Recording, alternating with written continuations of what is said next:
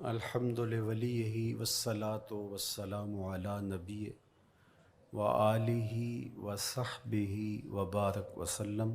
قال اللہ تعالی وتبارک فی القرآن المجید والفرقان الحمید فی شان حبیبہ مخبرا وآمرا ان اللہ وملائکتہ یصلون علی النبی یا ایہا الذین آمنوا صلوا علیہ وسلموا تسلیما۔ اللہم صلی علی سیدنا و مولانا محمد معدن الجود والکرم صلاۃ و سلاما علیک یا سیدی یا رسول اللہ وعلی آلک و اصحابک یا حبیب اللہ۔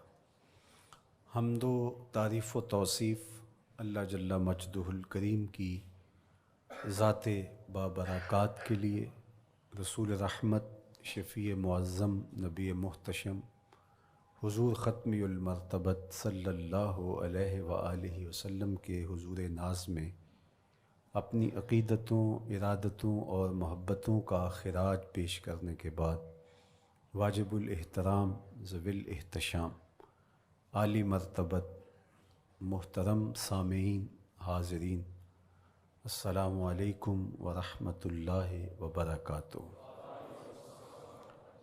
شعبان المعظم کے مبارک دن بڑی تیزی کے ساتھ گزر رہے ہیں، اور یہ وہ مبارک مہینہ ہے جس میں انوار اترتے ہیں۔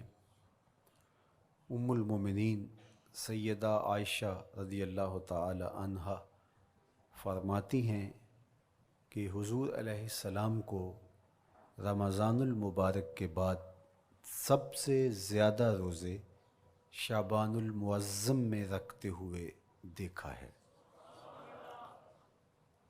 ماہ شعبان میں رمضان المبارک کا شدت سے انتظار کرنا، اس کی ہمیں ترغیب دی گئی ہے، بلکہ رجب کا چاند طلوع ہوتے ہی یہ دعا مانگا کرتے تھے میرے اور آپ کے آقا و مولا کہ اللہ ہمیں شعبان تک اور پھر رمضان المبارک تک پہنچا دے۔ اس مہینے کا آنے والے موسم نور کا استقبال کرنا، اس کے شوق میں بے تابیوں کا اظہار کرنا، یہ اللہ جل شانہ کے ساتھ محبت کی علامت ہے۔ شعبان المعظم کے دن گن گن کے گزارے جائیں کہ اتنے دن رہ گئے ہیں رمضان المبارک میں، اب اتنے دن رہ گئے ہیں رمضان المبارک میں۔ انسانی ذہن میں یہ سوال پیدا ہو سکتا ہے کہ متعینہ وقت پر تو اس مہینے نے آنا ہی ہے، اور اگر زندگی موجود رہی تو اس کو پا ہی لیں گے، تو اس شدت سے انتظار کرنے کا کیا مطلب؟ تو اس کا جواب یہ ہے، بیرون ملک سے کسی کے بزرگ نے، والد نے یا کسی کے بیٹے نے آنا ہو تو وہ 2 ماہ قبل ہی آنکھیں فرش راہ کیے ہوتے ہیں اور گن گن کے دن گزار رہے ہوتے ہیں، اور جو ہی لمحے قریب آتے ہیں تو پھر گھڑیاں اور ساعتیں بھی گنی جاتی ہیں۔ بار بار گھڑی دیکھتے ہیں، ابھی تک پہنچے نہیں، جبکہ یہ طے ہے کہ 5:02 پہ فلائٹ اترے گی۔ تو بار بار گھڑی دیکھنے کا مطلب لاہور سے 2 گھنٹے یہاں گجرانوالہ میں پہنچتے ہوئے لگیں گے، لیکن ہر 10 منٹ کے بعد کہ ذرا پتہ کرو کہاں تک پہنچے ہیں۔ کیا مطلب اس کا؟ مطلب اس کا یہ ہے کہ جب سینے میں کسی کا انتظار رکھا ہوا ہو تو پھر بے تابیاں، بے چینیاں، اضطراب موجود ہوتا ہے۔ ہم دنیا کے لوگوں کے ساتھ جو ربط و رشتہ رکھتے ہیں اس کے مطابق ان کا انتظار ہوتا ہے۔ کچھ آنے والے ایسے بھی ہوتے ہیں جنہوں نے ہمیں بتایا ہوتا ہے کہ فلاں دن ہم پہنچیں گے، اور وہ دروازے پہ دستک دے رہے ہوتے ہیں اور ہم سو کے اٹھ رہے ہوتے ہیں، اور اچانک جب پتہ چلتا ہے کہ فلاں باہر دروازے پہ دستک دے رہے ہیں تو ہم استقبال تو کر رہے ہوتے ہیں، لیکن ہمارے ذہن میں یہ بھی ہوتا ہے وہ میں بھول گیا، تو اب تو یہ کام بھی میرے ذمے ہے، تو مجھے یاد آ گیا ہوتا۔ تو جن لوگوں کے لیے دل میں محبتوں کی جگہ ہو تو ان کے لیے پھر سارے کام مؤخر کر کے ان کے استقبال کیے جاتے ہیں۔ یہ مہینہ اللہ کی رحمتوں کا موسم بہار ہے، چھم چھم رحمتیں برستی ہیں، انوار اترتے ہیں، گناہگاروں کو آتش دوزخ سے نجات بخش دی جاتی ہے۔ تو اس کا استقبال کرنا، اس کے لیے انتظار کرنا، گن گن کے دن گزارنا، لمحے اور ساعتیں بسر کرتے ہوئے بار بار ماہ سیام کا ذکر کرنا، اس مہینے کے ساتھ محبت کی دلیل ہے، اور اس مہینے کے ساتھ محبت اللہ سے محبت کی دلیل ہے۔ اس لیے اس مہینے کا استقبال کرنا، اس کے لیے تیاری کرنا، اپنے گھر کو صاف کرنا، اس کے لیے اپنی اولاد کے دل میں شوق پیدا کرنا اور ماحول پہلے پیدا کرنے کی کوشش کرنا، تاکہ جو ہی یہ ماہ جلوہ گر ہو تو روزہ رکھنے کا مزاج پیدا ہو چکا ہو، تلاوت کلام مجید کا مزاج پیدا ہو چکا ہو، دیگر نوافل اور اچھے اعمال بجا لانے کی عادت پڑ چکی ہو۔ تو شعبان میں ہی اس کی تیاری ہوتی ہے، تاکہ رمضان المبارک آتے ہی ہم پوری طرح سے مستعد اور فعال ہو کر کے اس مہینے کی برکتوں کو سمیٹ لیں۔ اللہ کے محبوب علیہ السلام نے ارشاد فرمایا کہ جب ماہ سیام آتا ہے فتحت ابواب الجنہ، تو جنت کے 8 دروازے کھول دیے جاتے ہیں۔ جنت تو اللہ جل شانہ کی کرم نوازیوں کا ایک ایسا خوبصورت منظر ہے کہ آج تک نہ کسی آنکھ نے اس کو دیکھا، نہ کسی کان نے سنا، اور نہ اس کا کوئی تصور کر سکتا ہے، ایسی خوبصورت بنائی ہے۔ وہاں کی ہوائیں جب چلتی ہیں تو گرد نہیں اڑتا، کستوری اڑتی ہے۔ وہاں دودھ کی، شہد کی، مائے معین، کوثر، سلسبیل کی نہریں بہتی ہیں، موتی زمرد کے محلات بنے ہوئے ہیں۔ وہ خوبصورت محل اور وہ خوبصورت جنت کا ماحول، لیکن اس کے باوجود اس خوبصورت جنت کو، مرصع جنت کو، نظیف ترین بقعۂ رحمت کو 11 ماہ تک رنگ و روغن کیا جاتا ہے رمضان المبارک کے استقبال کے لیے، اور جب یہ مہینہ آتا ہے تو اس کے دروازے کھول دیے جاتے ہیں، اور جنت کے 8 دروازوں میں سے ایک دروازے کا نام باب الریان رکھا گیا ہے، جو صرف روزہ داروں کے اعزاز و تکریم کے لیے ہے۔ روزہ دار اس دروازے سے گزر کے جنت جانے۔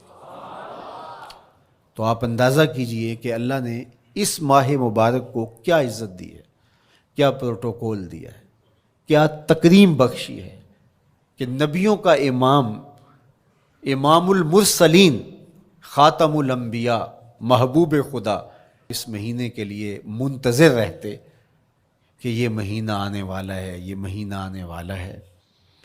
حضرت سیدنا سلمان فارسی رضی اللہ تعالی عنہ فرماتے ہیں کہ شعبان کی آخری تاریخ کو حضور نے ایک خطبہ ارشاد کیا۔ بعض علماء نے کہا کہ یہ شعبان کا آخری جمعہ تھا، یا ہو سکتا ہے کہ آخری جمعہ 29 شعبان کو ہی ہو۔ تو رمضان المبارک سے قبل حضور نے یہ خطبہ ارشاد کیا، جو مختلف کتب احادیث میں موجود ہے۔ یا ایھا الناس، اے لوگو، قد اظلکم شہر عظیم، اللہ نے تمہارے اوپر ایک بہت پاکیزہ، پر نور، عالی مرتبت مہینہ سایہ فگن کر دیا ہے۔ شہر فیہ لیلۃ خیر من الف شہر، اس مہینے میں ایک ایسی رات ہے جو 1000 مہینے سے بہتر ہے۔ جعل اللہ صیامہ فریدہ و قیام لیلۃ تطوع، اس مہینے کے دن کے روزے فرض قرار دیے گئے اور راتوں کا قیام نفل بنایا گیا۔ تراویح کی صورت کے اندر راتوں کے قیام کا ماحول پیدا ہوتا ہے، صلاۃ اللیل پڑھی جاتی ہے، نوافل پڑھے جاتے ہیں کثرت کے ساتھ۔ یہ اس مہینے کی شانیں ہیں، یہ اس مہینے کی رونقیں ہیں۔ اس مہینے میں اللہ تعالیٰ نے خاص کرم نوازیاں عطا کی ہیں اہل ایمان کو۔ ومن تقرب فیہ بخصلۃ من الخیر کان کمن ادی فریضۃ فیما سواہ، ایک نفل کا ثواب ایک فرض کے برابر اس مہینے میں کر دیا جاتا ہے۔ ومن ادی فریضۃ کان کمن ادی 70 فریضۃ فیما سواہ، اور اگر کوئی ایک فرض ادا کرتا ہے تو اس کو 70 فرائض کا ثواب ملتا ہے۔ اس قدر نیکیوں کا اجر بڑھا دیا جاتا ہے، ان کی قیمت بڑھا دی جاتی ہے اس مہینے میں۔ اور پھر ارشاد فرمایا وَهُوَ شَهْرُ الصَّبْرِ، یہ صبر کا مہینہ ہے۔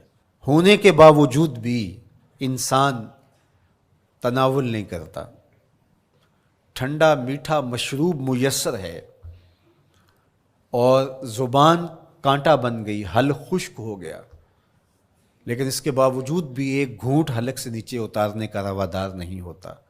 وضو کرتے بھی احتیاط کرتا ہے کوئی قطرہ آب حلق سے نیچے نہ ٹپک جائے، تو یہ صبر سکھاتا ہے۔ جب ہو بھی تو انسان اس سے گریز کرے، تو جب ہوگا نہیں تو پھر انسان صبر کا عادی بن جاتا ہے، تو یہ صبر کی عادت ڈالتا ہے۔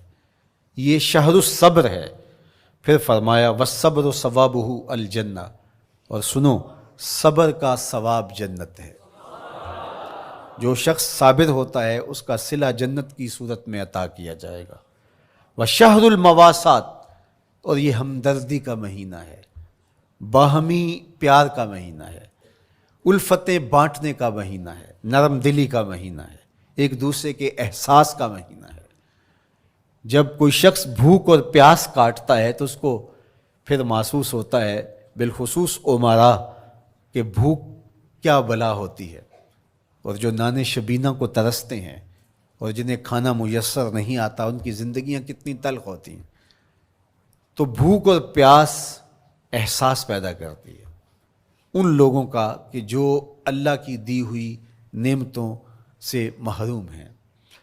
تو اس لیے یہ ایک قسم کا رحم دلی کا مہینہ ہے، پیار بانٹنے کا مہینہ ہے، یہ الفتیں تقسیم کرنے کا مہینہ ہے۔ وَشَهْرٌ يُزَادُ فِيهِ رِزْقُ الْمُؤْمِنِ، اور یہ ایسا مبارک مہینہ ہے جس میں مومن کا رزق بڑھا دیا جاتا ہے۔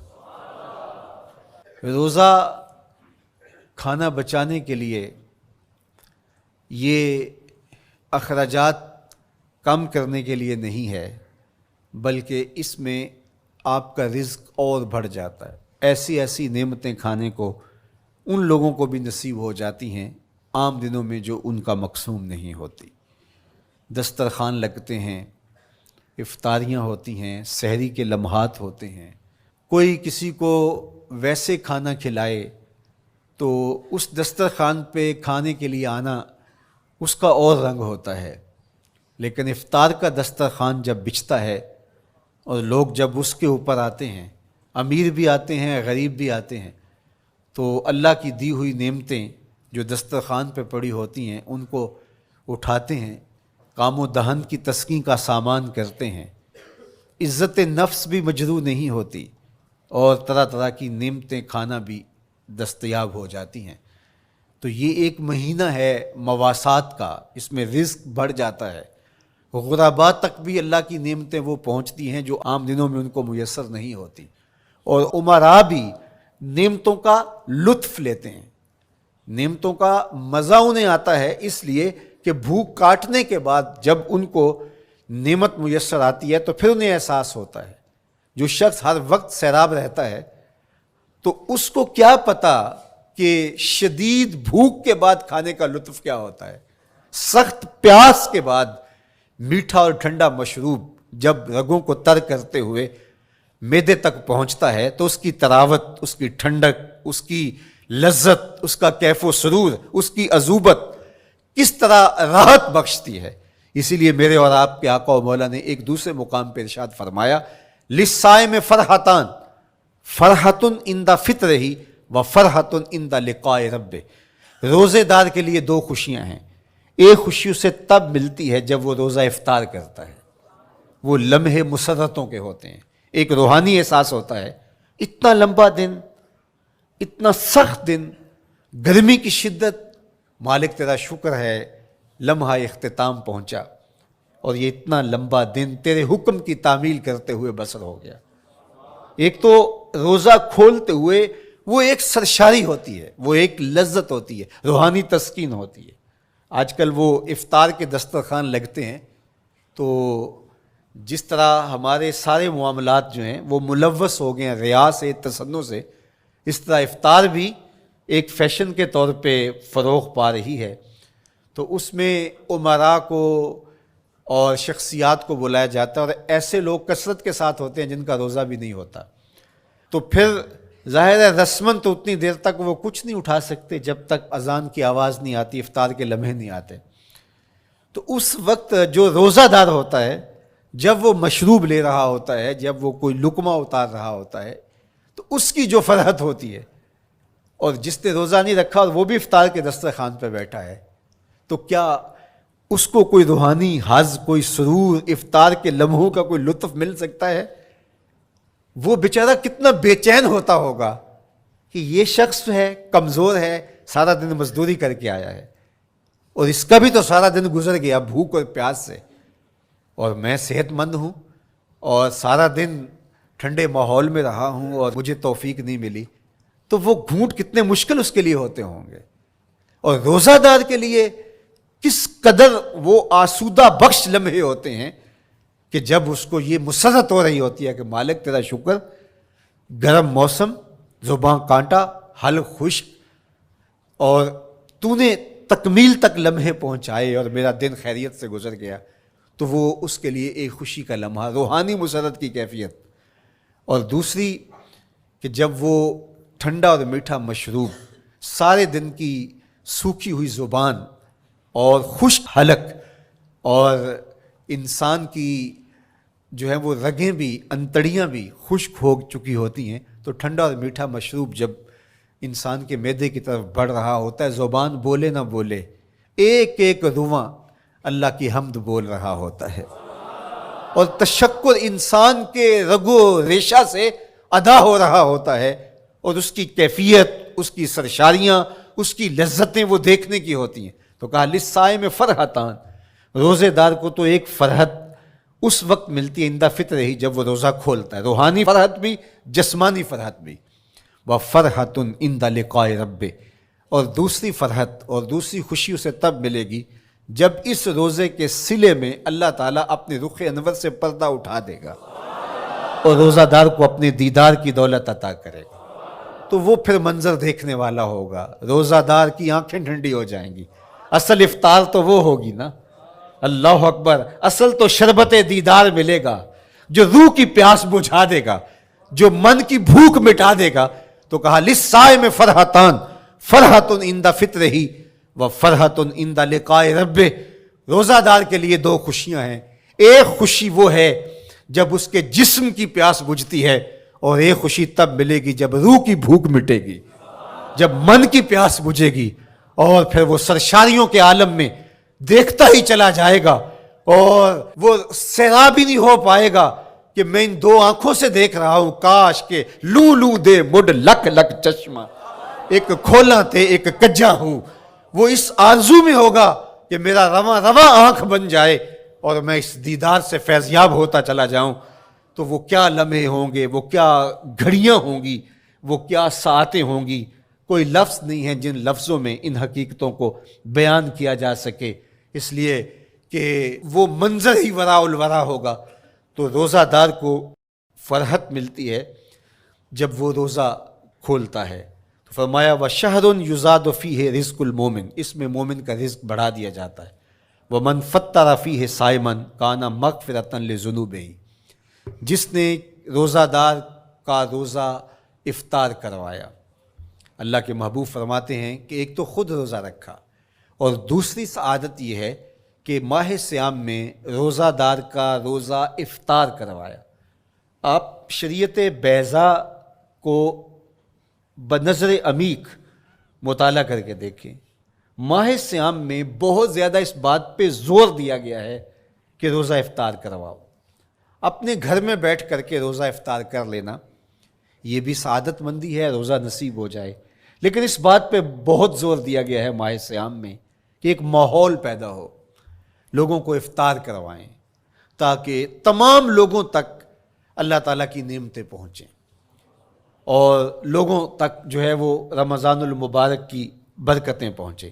تو ارشاد فرمایا ومن فطر فیہ صائما، جس نے روزے دار کا روزہ افطار کروایا، کانا مغفرۃ لذنوبہ، تو وہ افطار کروانے والوں کے گناہوں کی بخشش کا ذریعہ بن جائے گا.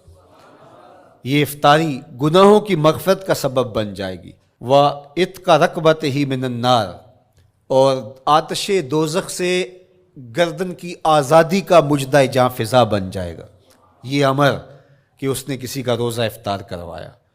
وَقَانَ لَهُ مِثْلُ أَجْرِهِ مِنْ غَيْرِ أَنْ يَنْقُصَ مِنْ أَجْرِهِ شَيْءٌ، اور روزہ افطار کروانے والے کو روزہ رکھنے والے جتنا اجر ہی دیا جائے گا، لیکن روزہ رکھنے والے کے اجر میں بھی کوئی کمی نہیں واقع ہوگی.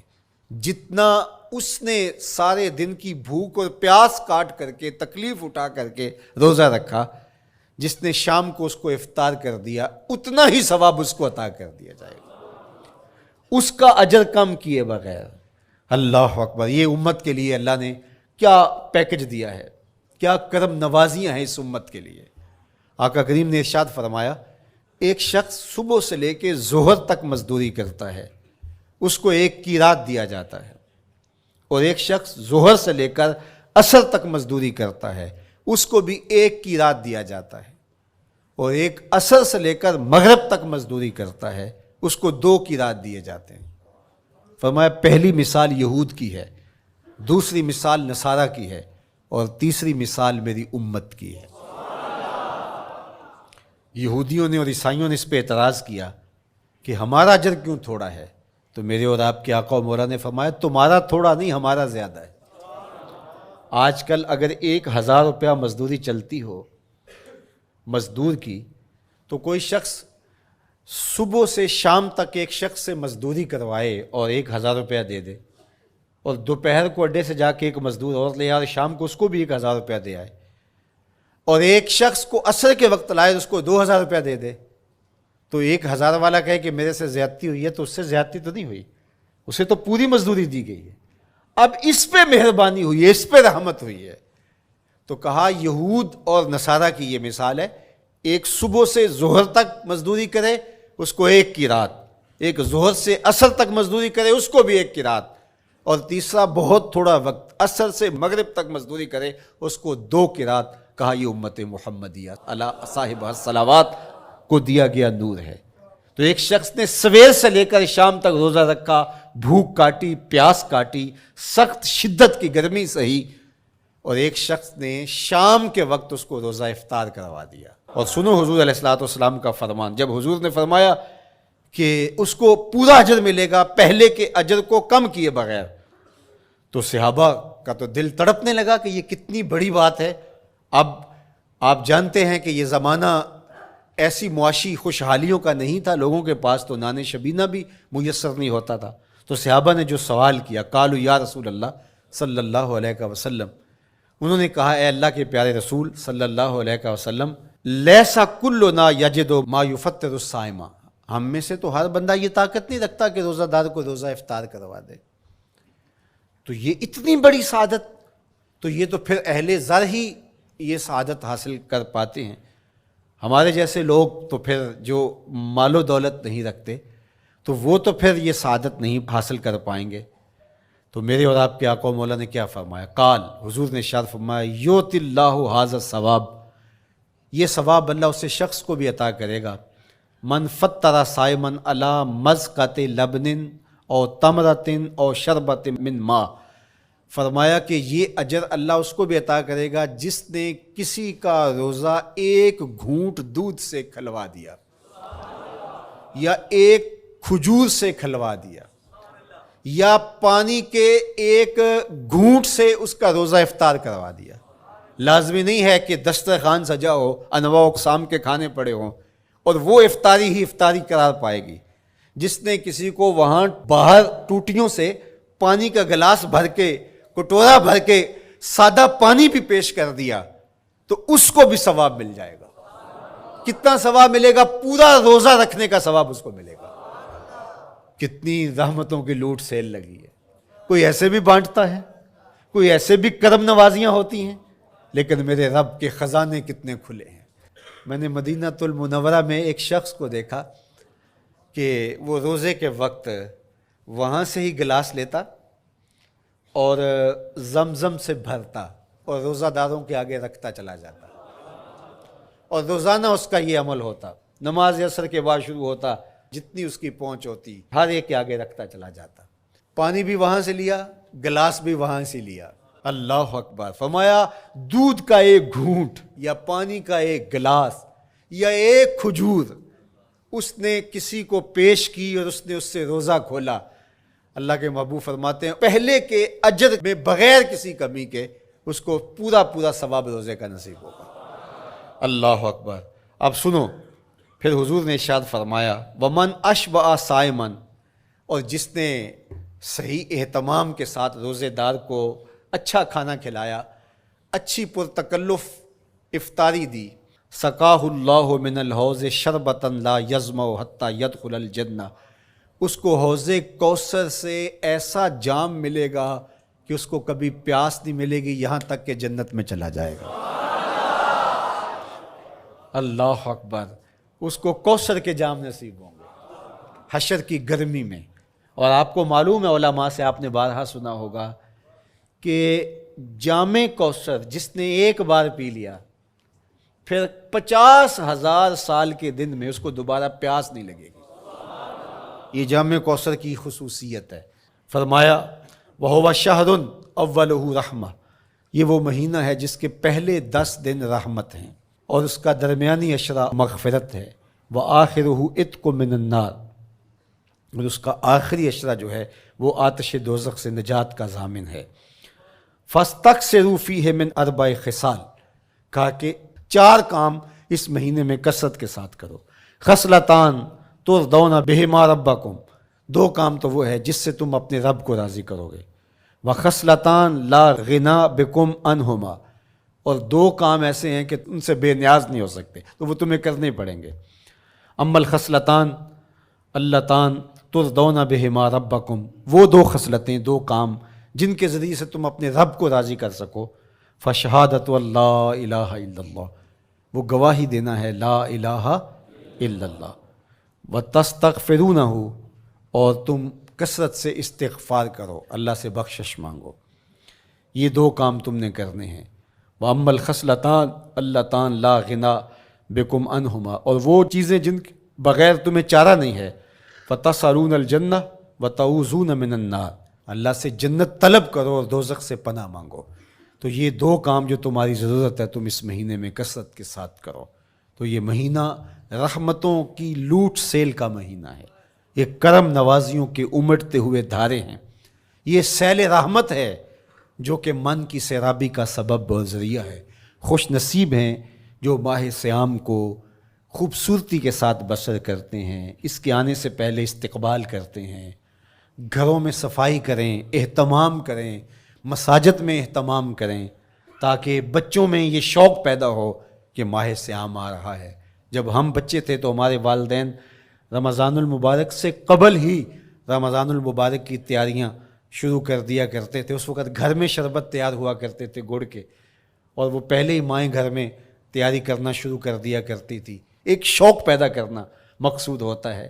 تو کچھ چیزیں ایسی ہیں کہ آرڈر لکھیں اور 1 سیکنڈ میں گھر پہنچ جائے، لیکن کچھ چیزیں یہ جو ہے وہ تیار کرنی چاہیے، شوق پیدا ہو۔ گھروں کے اندر ماؤں کو چاہیے کہ افطاری کو اہتمام کے ساتھ تیار کریں تاکہ بچوں کو شوق پیدا ہو، اور یہ ایک ماحول پیدا ہو، قرآن مجید کی تلاوت کا ماحول پیدا ہو، جاگنے سونے کے جو ہے وہ شیڈول مرتب کیے جائیں، مساجد کی آبادی کا سامان کیا جائے۔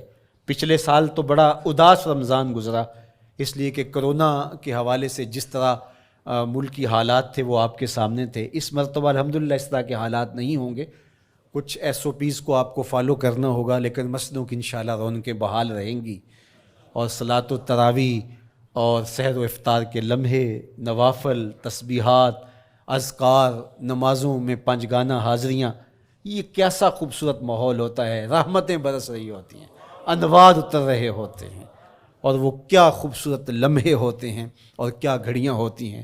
انشاءاللہ امسال مرکز مصطفیٰ کے اندر صلاۃ التراویح کے لیے خاص طور پہ ہم اہتمام کر رہے ہیں۔ میری آرزو تھی کہ جب مرکز کی تکمیل ہو تو پھر رمضان المبارک کا اہتمام کے ساتھ جو ہے وہ ہم انتظام و انصرام کیا کریں گے، چونکہ اس سے قبل بہت سارے تعمیراتی کاموں کی وجہ سے ہم الجھے رہتے تھے، لیکن اللہ کے فضل سے اب مرحلہ اول کی تکمیل ہو گئی اور مرحلہ ثانی کی طرف ہم بڑھنے والے ہیں۔